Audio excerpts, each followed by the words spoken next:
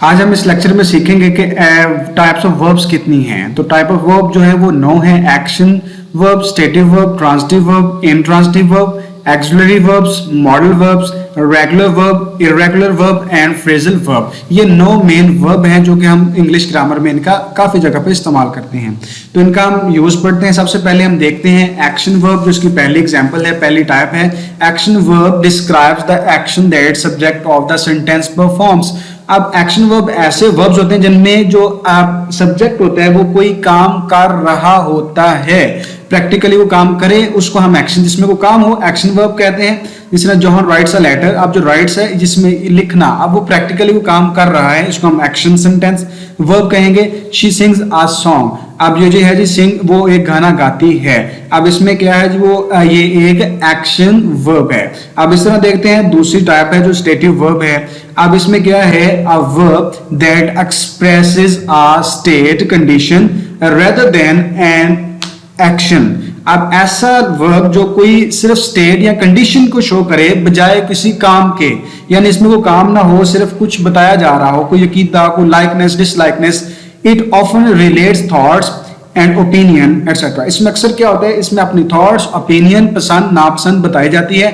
ऐसे sentences type verbs को stative verb कहते हैं। जिस तरह आई बिलीव इन गॉड, मैं अल्लाह पर यकीन रखता हूं, तो इसमें क्या है जी, मैं अल्लाह पर यकीन रखता हूं मीन्स के मैं कोई काम नहीं कर रहा, मैं अपनी एक अकीदा बता रहा हूं, थॉट बता रहा हूं।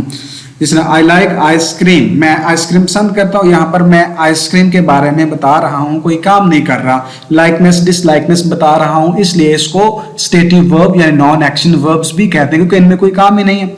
अब इसी तरह हम जो तीसरा इसकी टाइप है उसको इंट्रांजिटिव वर्ब उसको देखते हैं। Intransitive verb does not need a direct object to complete the sentence. Indirect verb ऐसे verb होते हैं जिनके verb के बाद उनको ऑब्जेक्ट की जरूरत ना पड़े, या इस तरह कहते हैं कि बगैर ऑब्जेक्ट के वो अपनी सेंस क्लियर कर दें, तो उनको हम इंट्रांजिटिव वर्ब कहते हैं। जिस तरह शी लाफ, अब लाफ वो हंसी, अब यहाँ पे सेंस क्लियर हो रही, वो हंसी है, अब किस पर, ये उसकी जरूरत हमें ज्यादा नहीं महसूस हो रही, इसलिए इनको इंट्रांजिटिव वर्ब कह रहे हैं।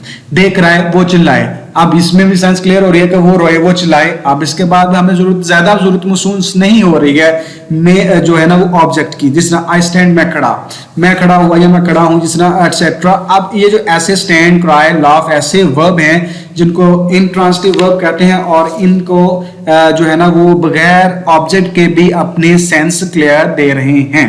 अब transitive verb needs a direct object to complete the sense. Transitive verb ऐसे वर्ब हैं जिनके बाद हमें ऑब्जेक्ट की जरूरत पड़े या ऑब्जेक्ट के बगैर ये अपनी सेंस क्लियर ना करें, इनको ट्रांजिटिव वर्ब कहते हैं। जिस तरह आई लव, तो किससे लव किया, इसके लिए हमें एक ऑब्जेक्ट की जरूरत पड़ रही है, तो यह है आई लव माई कंट्री, मैं अपने मुल्क से मोहब्बत करता हूं। अब इसी तरह ही सपोर्ट्स, वो मदद करता है, हेल्प करता है, किसकी पता नहीं, ही सपोर्ट्स द पुअर। अब इसके बाद सपोर्ट के बाद भी हमें ऑब्जेक्ट की जरूरत महसूस हुई, इसलिए इसको हम ट्रांजिटिव वर्ब कहते हैं। ट्रांजिटिव वर्ब ऐसे होते हैं जिनके बाद हमेशा आपको ऑब्जेक्ट की जरूरत पड़े। Auxiliary verbs, these verbs are used to support the main verb. इनको हम बेसिकली हेल्पिंग वर्ब भी कहते हैं। be, do, have, ये 3 ऐसे मेन मशहूर ऐसे हेल्पिंग वर्ब हैं जो पूरी इंग्लिश में इस्तेमाल होते हैं। अब इनकी आगे इनकी भी टाइप्स है, जिस तरह के be, is, are, was, were, being, ये be की टाइप्स हैं। do, does, did, ये do की आगे जो है ना वो ब्रांचेस हैं। have, has, have, had, ये भी जो आगे हैं ये भी have की आगे फॉर्म है। तो ये क्या रोल प्ले करती है, ये मेन वर्ब को सपोर्ट करती है, helping verb. I am cooking food, अब इसमें एम जो है कुकिंग को हेल्प कर रहे हैं कि मैं कुकिंग कर रहा हूं या कर रही हूं, जो भी है। He does not talk much, वो बहुत ज्यादा बात नहीं करती है। तो यहाँ पे जो डज है वो टॉक के बारे में हमें बात करता है, ये बताता है। अब नेक्स्ट है जी मॉडल वर्ब्स। तो मॉडल वर्ब्स क्या आते हैं, modal verbs are the type of auxiliary verbs which express ability, permission, possibility and obligation. ये कुछ ऐसे एक्सिलरी वर्ब्स की तरह के होते हैं, लेकिन इनमें कुछ ability, permission, possibility and obligation show करवाया जाता है। जिस तरह के एन, can, could, can, may, might, should, could, must, इस तरह के अल्फाज को हम मॉडल वर्ब्स कहते हैं और इनके अंदर ये चीजें शो होती हैं, ability, permission, possibility and obligation. जिस तरह एग्जांपल से देखते हैं कि I can be, it can be rain, यह बारिश हो सकती है, यह पॉसिबिलिटी है। मैं कम इन, क्या मैं अंदर आ सकता हूँ, इसमें परमिशन है।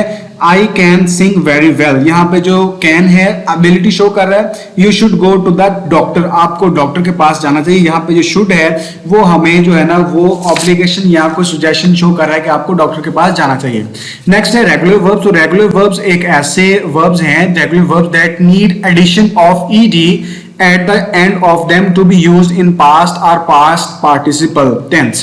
अब ऐसे वर्ब्स होते हैं जिनके एंड पर ईडी लगाने से वो दूसरी या तीसरी फॉर्म बने, ऐसे वर्ब्स को रेगुलर वर्ब कहते हैं। जैसे ना वॉच, वॉच्ड है, वॉक, वॉक्ड, वॉक्ड है, रीच, रीच्ड, रीच्ड है। इनके एंड पे ईडी लगा के दूसरी तीसरी फॉर्म बन रही है। Irregular verb does not need the addition of ed at the end of them to be used as the second or third form। जिस तरह ऐसे अल्फाज, ऐसे वर्ब जिनके एंड पे ed लग के वो दूसरी फॉर्म तीसरी फॉर्म ना बन सके, उनको हम irregular verb कहते हैं। जिस तरह eat, ate, eaten, drive, drove, driven है। अब phrasal verb है। Phrasal verb are made up of several words together, usually with the combination of verb plus preposition या verb प्लस adverb। ऐसे हैं कि जो verb के साथ कोई preposition लगे तो वो उनको हम phrasal verb के तौर पर इस्तेमाल करते हैं। जिस तरह के bring up, she brought up the topic of salary during the meeting, और break down है the young woman broke down into tears, और इसके ब्रेक ऑफ है she break off a piece of chocolate and gave it to me। अब break main verb है, इसके साथ of preposition लगी है। मेन वर्ब या वर्ब के साथ जब हम preposition लगा के दूसरा मीनिंग लेते हैं, ऐसे वर्ब को फ्रेजल वर्ब कहते हैं। Thanks for watching. कोई भी क्वेश्चन हो तो आप इजीली पूछ सकते हैं। अल्लाह हाफिज।